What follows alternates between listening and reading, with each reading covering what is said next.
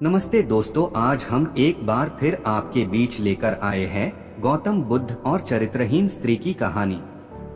यह कहानी आपको बहुत कुछ सिखा जाती है। हमें उम्मीद है कि यह कहानी वाकई में आपको बहुत अच्छी लगेगी। तो चलिए शुरू करते हैं आज की कहानी। एक बार गौतम बुद्ध कुटिया के बाहर बैठे हुए थे और उनका एक शिष्य फूल के पौधे को पानी सींच रहा था। तभी अचानक उनकी नजर गौतम बुद्ध पर पड़ी। शिष्य ने देखा कि गौतम बुद्ध मुस्कुरा रहे हैं। शिष्य तुरंत गौतम बुद्ध के पास आया और उनके मुस्कुराने का कारण पूछा। तो बुद्ध ने बताया, शिष्य, बस मैं मानव परीक्षण करने की सोच रहा था। चलो आज मानव परीक्षण करते हैं। उसके बाद गौतम बुद्ध अपने शिष्य के साथ दोनों ही किसी गांव में गए। उन्हें वहां एक वेश्या स्त्री मिली और गौतम बुद्ध से प्रश्न करने लगी कि आप किसी राजकुमार और राजा की तरह दिखते हैं, फिर आपने संन्यास धारण क्यों किया हुआ है? गौतम बुद्ध ने उस वेश्या स्त्री को उत्तर दिया कि मैंने 3 प्रश्नों के उत्तर जानने के लिए संन्यास धारण किया है। वेश्या स्त्री ने कहा कि ऐसे कौन 3 प्रश्न है कि जिसके कारण आपने संन्यास धारण किया है? गौतम बुद्ध ने बताया कि हमारा शरीर युवा और आकर्षक है, लेकिन समय बीतेगा और समय के साथ साथ हमारा शरीर बूढ़ा होगा और बीमार होगा। उसके बाद शरीर मृत्यु को प्राप्त होगा।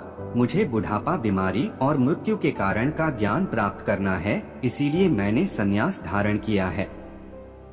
महात्मा बुद्ध की ज्ञान भरी बातें सुनकर वह स्त्री बहुत प्रभावित हुए और महात्मा बुद्ध को अपने घर भोजन करने के लिए आमंत्रित किया।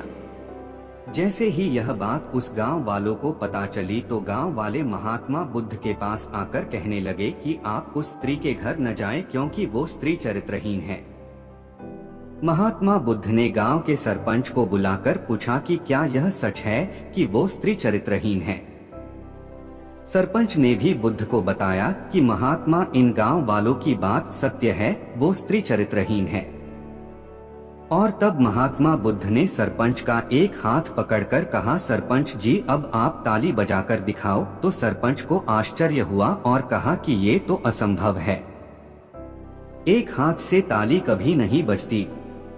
महात्मा बुद्ध ने कहा, ठीक इसी प्रकार कोई भी स्त्री अकेली चरित्रहीन नहीं होती। अगर वो स्त्री चरित्रहीन है तो आप सब गांव वाले भी चरित्रहीन हैं।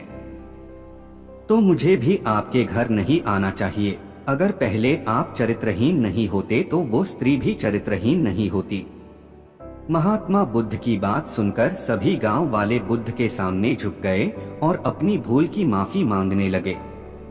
और फिर महात्मा बुद्ध ने उस वेश्या स्त्री के घर भोजन किया। तो देखा आपने, इस कहानी से हमें यही सीख मिलती है कि हमें किसी को भी चरित्रहीन कहने का हक नहीं है। उससे पूर्व अपने आप में देखना है कि हम पूरी तरह पवित्र हैं, क्या हम चरित्रहीन नहीं हैं। पहले हमें तन मन से पवित्र रहना चाहिए, उसके बाद दूसरों को चरित्रहीन कहना चाहिए। दोस्तों, अगर आपको यह कहानी पसंद आई हो तो हमें कमेंट करके जरूर बताएं। और अगर आप ऐसी ही प्रेरणादायक कहानी सुना है तो हमारे सब्सक्राइब कर लीजिएगा।